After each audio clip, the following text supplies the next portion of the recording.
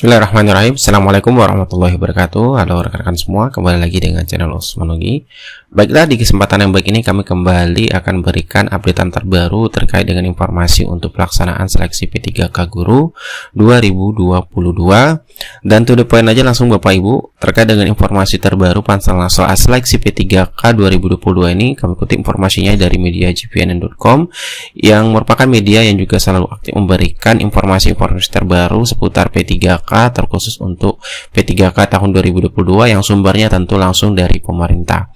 Nah, di sini kita lihat informasi terbaru yang kami dapatkan mengenai informasi Panselnas ya untuk soal seleksi P3K 2022. Di sini dijelaskan mana Panselnas yaitu CSN 2022 itu terus menggodok regulasi untuk pengadaan pegawai pemerintah dengan perjanjian kerja P3K tahun ini. Nah, regulasi tersebut nanti berupa Permenpan RB tentang pengadaan P3K 2022 yang tentunya juga P3K di tahun ini bukan hanya untuk P3K guru dan juga untuk P3K kesehatan juga teknis tentunya. Deputi Bidang Sistem Informasi Kepegawaian BKN Pak Soeharman mengungkapkan proses pembahasan itu masih terus berjalan yang dipimpin oleh Kemenpan RB. Namun terkait substansi, Panselnas berupaya semaksimal mungkin memenuhi kesepakatan bersama Komisi 10 DPR RI yang sudah kita ketahui beberapa waktu yang lalu yang sudah melakukan rapat dengan Panselnas CSN. Komisi 10 juga membuat keputusan bersama atau kesepakatan bersama yang tentunya untuk kebijakan bagi rekan-rekan guru honorer yang sudah lulus PG, yang belum lulus PG maupun yang belum mengikuti seleksi P3K di tahun 2021.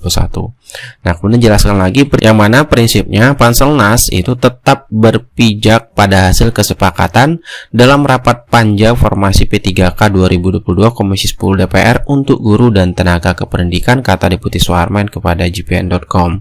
Nah, dia menegaskan yang sudah dibahas dan disepakati di Komisi 10 itu menjadi salah satu landasan dalam penyusunan Permenpan RB P3K 2022. Nah, beberapa poin pembahasan tersebut diantaranya mengenai usulan formasi P3K, status guru honorer lulus PG tanpa formasi, kemudian siapa saja peserta seleksi P3K 2022, metode seleksi dan mekanisme seleksinya. Nah, diketahui pemerintah memastikan tahun ini akan menggelar seleksi P3K guru maupun P3K non-guru Bapak Ibu. Nah, kemudian khusus formasi P3K guru sesuai data Kementerian Pendidikan, Kebudayaan, Riset, dan Teknologi Kemendikbudristek itu tersedia 970.410 formasi. Nah, jumlah tersebut terdiri dari sisa formasi 2021 sebanyak 212.392 dan 798.018 untuk kota P3K 2022. Nah, jika dijumlahkan dengan formasi penyuluh, tenaga kesehatan, dan teknis lainnya, maka formasinya P3K 2022 itu lebih dari 1 juta. Deputi Sistem Aparatur Alex Denny menambahkan, Kementerian Pan RB itu bersama Kemendikbudristek memastikan pengadaan P3K 2022 itu lebih mengakomodasi tenaga honorer. Karena itu, seleksi peserta P3K guru itu menggunakan metode observasi dan background check. Artinya, rekrutmen P3K guru akan dibedakan antara honorer dan pelamar baru nantinya. Bagi guru honorer yang masa kerjanya di atas 3 tahun yang belum lulus PG, belum sempat ikut seleksi P3K 2021 itu akan diberikan kekhususan. Mereka tidak akan diadu dengan pelamar baru yang pengalaman kerjanya di bawah 3 tahun atau belum pernah mengajar ya. Ini untuk lulusan PPG tentunya.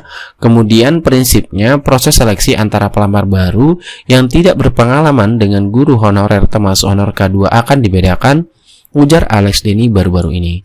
Nah, dia menambahkan pengadaan P3K 2022 juga memasukkan komponen masa kerja dalam pengaturan seleksi P3K. Jadi nanti masa kerja sudah diperhitungkan Bapak Ibu untuk seleksi P3K 2022. Dan untuk mekanisme baru rekrutmen P3K guru yang direncanakan Panselnas dilaksanakan tahun ini adalah dimulai dari pengusulan formasi oleh Pemda. Usulan ini harus berdasarkan data rekomendasi Kemendikbudristek. Selain itu, kata Pak Alex Denny, harus memprioritaskan guru yang lulus PG tetapi tidak mendapatkan formasi P3K 2021 yang tentunya jumlahnya mencapai 190.000 lebih ya Bapak Ibu.